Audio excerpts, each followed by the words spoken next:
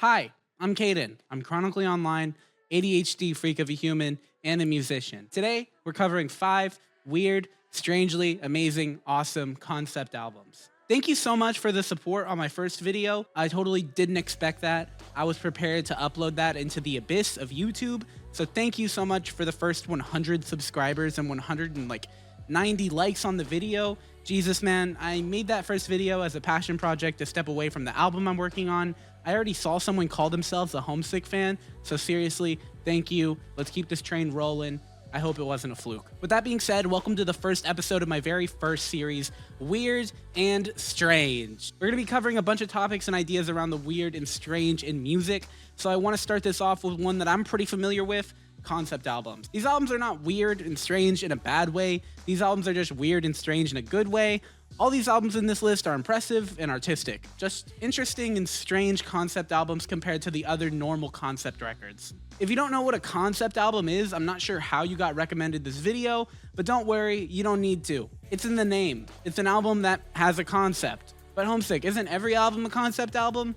Yes, technically every album is a concept album, as long as it has any sort of overarching story or meaning, vague as can be. Today, I'm going to talk about concept albums that I know of or I could find on the internet that could be classified under this moniker that is a little bit more on the higher tier of concepts. I'm not talking about Dark Side of the Moon or Sgt. Pepper's Lonely Hearts Club, even though that album is weird.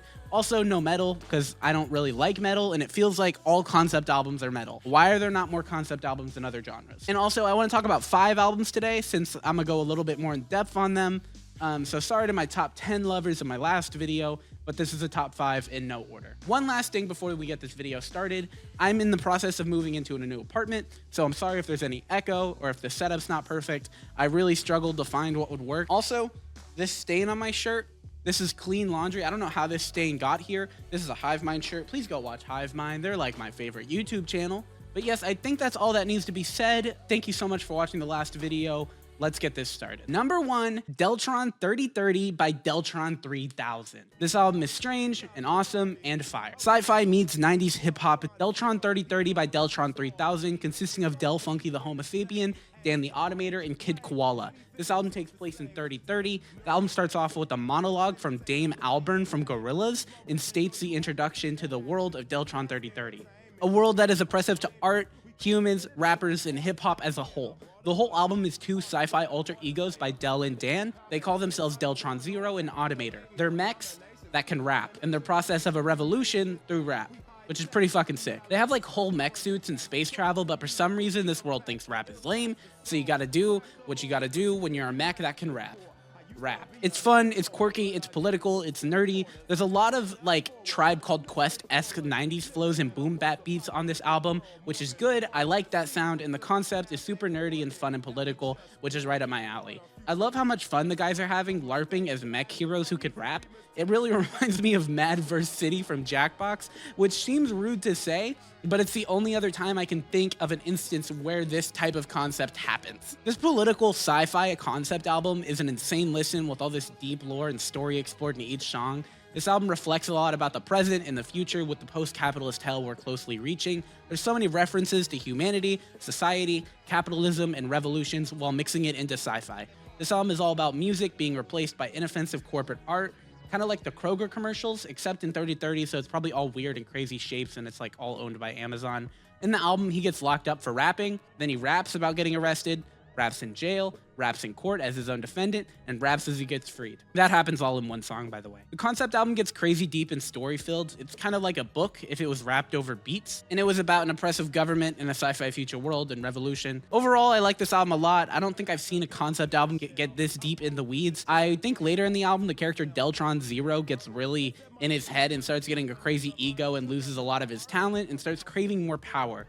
Which is a funny statement about revolutions, regardless about how you feel about them. On the last track, he breaks the fourth wall and discusses a lot about what this album is about on a deeper level, a mirror to our futures and almost a warning to future generations. This album could be a book or a movie, although I think it would be a bit weird, but that's how deep and big this album is on the concept scale. I can't even imagine trying to juggle all of this while making it. They probably wrote a whole book beforehand to work off, I imagine. Overall, such a special album. While I don't care much for 90s hip-hop, I can't help but acknowledge how special of an album this is, and the steps these artists went to tell their story. I really tried to summarize this one up pretty quickly. I skipped over so many plot points and details, so please, if you're interested, go listen to it. I also linked a Reddit post in the comments that goes over the whole story, annotating a video essay about this album, so please go listen to it. My favorite song off this album is 3030. This is probably the biggest and coolest song on this record, and my least favorite song is Meet Cleophas Randolph the Patriarch. This song sounds like Parappa the Rapper to me. Number 2, I Didn't Mean to Haunt You by Quadeca. Okay, so this is probably the most recognizable album on this list, and I really needed to make a video that would let me talk about this album a little deeper than I mentioned in the last one, so I came up with this video topic.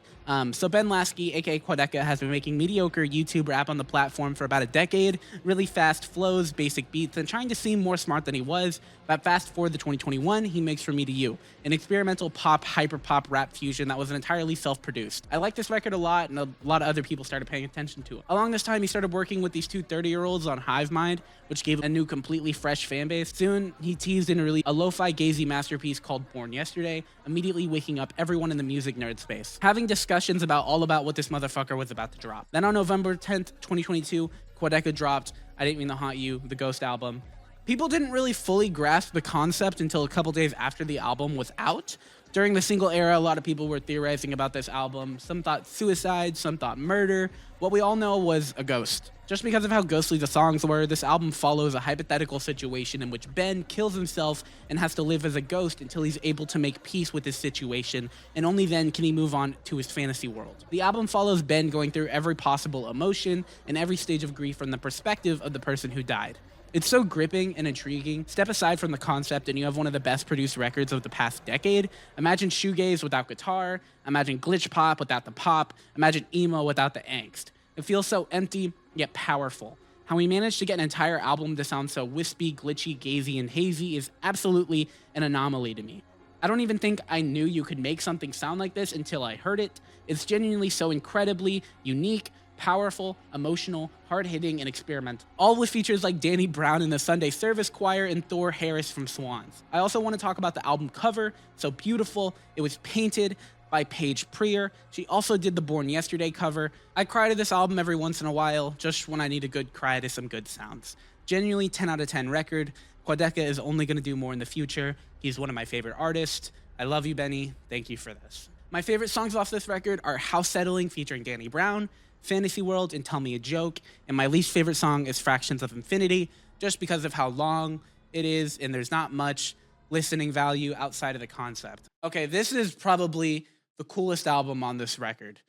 The Texas Jerusalame Crossroads by Lift to Experience. Unhinged religious rural Texan shoegaze. Absolutely deranged album cover and an unreal sound. Seriously, if you know this album, you know how fucking cool and amazing this is, and if you don't, go listen to it. Lift to Experience was a trio made by 3 weirdos named Josh Pearson, the vocalist and the guitarist, the drummer Andy the Boy Young, and Josh the Bear Drowning playing bass. This group formed in 2001 in Denton, Texas, a small far-off suburb of Dallas, Texas. Really rural and fits the aesthetic of this album perfectly. The trio made this album and flopped commercially because of how strange it was. Now it's a cult classic in the shoegaze nerd space. Why does the album cover look like a Little B cover? It's so fucking unhinged. Let me explain the actual concept. Not my words, quote from Google. An angel who instructs a rock band to build a new city on the hill in Texas in exchange for a hit song. I'm assuming the band is them. The city on the hill is the religious Crossroads,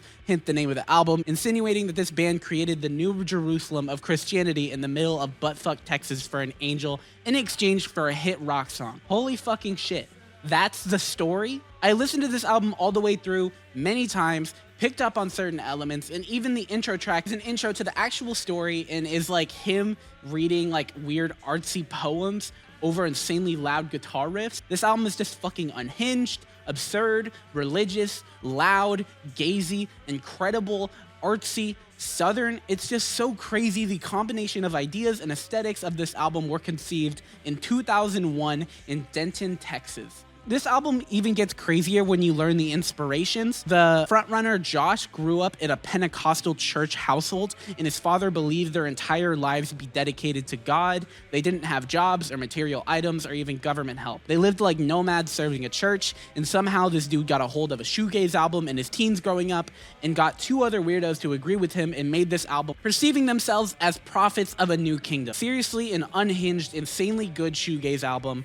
Also, I have to say, this is like my favorite album on this list besides I Didn't Mean to Haunt You. Seriously, this is like a 9 out of 10 for me. My favorite songs off this album are Falling from Cloud 9, a genuinely amazing shoegaze track and folky mix of emo, creating this amazing emotional track. There's something real about this one. These Are the Day, awesome mix here. Least favorite, Just As I Was Told, just because the weird artsy poems trying to introduce you to the story feels very fairy tale-y to me. Number 4, The Death of Pablo, the Pablo Collect. This one is probably the weirdest and strangest concept album I've ever heard. So the story goes like this. A 4chan post popped up on /me one day, and the OP said he had a nightmare that Kanye West made The Death of Pablo, which was a nightmarish collection of songs made after the release of Life of Pablo. And so a bunch of weirdos with too much free time got together and made this fucking shit. No, seriously, this album is not actually that good. It's just scary and freaky, and not like in a Def Grips or in the Caretaker or the Aphex Twin kind of way where it gives you calming ambient vibes or sad vibes. This album just makes you uncomfortable. It reminds me of Daryacore, Jane Remover's side project, where it's loud dubstep and hyperpop, heavily distorted, except it's Life of Pablo and everything is screeching and there's nearly no drums and it's terrible ambience. But goddamn, does this concept album actually work? The sound is actually terrifying, which is what the original OP said. He said it was like nightmarish and haunting and disturbing, and they actually achieved that. There's some moments where Kanye almost comes through in either his iconic production or his vocals, but then immediately gets thrown back into the noise as another screech arrives in the mix. This album is an hour long with 4 songs. 1 hour, 4 songs. That should tell you how disturbing and weird it is. I guess if I had to give it some sort of reference, combine the idea of Daryacore or Vaporwave, take the Caretaker's Everything at the End of Time, and mix it with a concept like this. Put in an hour of listening time and you understand what this album sounds like. Overall, pretty impressive for a project birthed out of 4chan, but still, it's not like anything I really enjoyed on a snobbier level. Favorite song, Washed Up, Father Stretch My Hands Part 3, but really, I think this is my least favorite song because it's just so impressive how fucking haunting this is. Okay, number 5, Splendor and Misery by Clipping. Oh no, another Afro-futurism political sci-fi space album! I'm sorry, these ones are just the best concept albums made. It's not my fault that these aren't as popular as fucking Dark Side of the Moon. I just gotta put y'all on. Don't blame me, blame the mainstream. But let's get into this Clipping record. This album is the craziest so far in my opinion. If you don't know who Clipping is, wake up and go listen to this fucking album. There existed an addiction to blood. But Splendor and Misery is their second studio album from 2016. Wikipedia calls it Afrofuturism, which I had to Google and learn about. And it's like this album and the Deltron 3030 album, just like mixing black culture with sci-fi futurism. Which is fitting because the storyline of this album is a slave being forced into his spaceship, breaking out of his literal chains in the back hull of the ship. He then goes on to commandeer the ship, take it out of its planned trip, and break the connection with the rest of the planets, falls in love with the AI that controls the ship, and lives a happy life. The actual sound of this record is industrial, noise, fast rapping, gospel breaks, spoken word, and insanely talented rapper David Diggs is the mastermind behind this idea. With the two producers, William Hudson and Jonathan Snipes, create this atmosphere, the beats, and the plane of noise where David tells his insane sci-fi political masterpiece. While the story of this album is absurd and convoluted and can sometimes be hard to keep up with because of how fast and impressive David's rapping is, it's honestly a pretty easy listen compared to the rest of the stuff on this list. Even though there's really experimental production, crazy lyrics that you gotta listen to every single one, David is telling this story and he knows it. I really love how empowering these Afrofuturism albums and stories could be to the black community, taking these slave songs and recreating them with gospel to tell such a crazy cool story like this. Seriously awesome. I think this album also had to be wrote and scripted before it was recorded. It's just too deep and big, and the pacing of it is super purposeful, and every song is important to the story just as the big. Oh yeah, I don't think you heard me.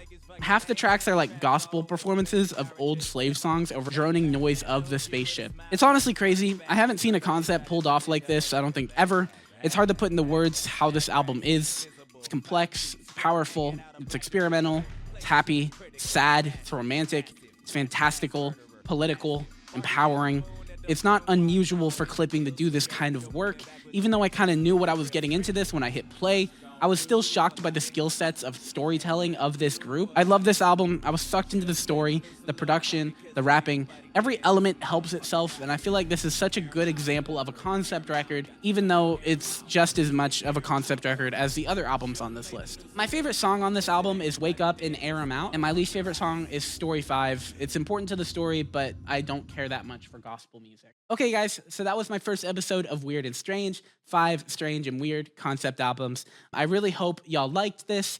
I think I mentioned it already. I'm moving into an apartment right now, so it's kind of hectic. I'm sorry that this video took too long. Thank you so much for watching the first video. Seriously, means the most to me. And I'm excited for the future. And if you haven't, go stream my music. Go stream my friends' music. And thank you so much. Bye-bye.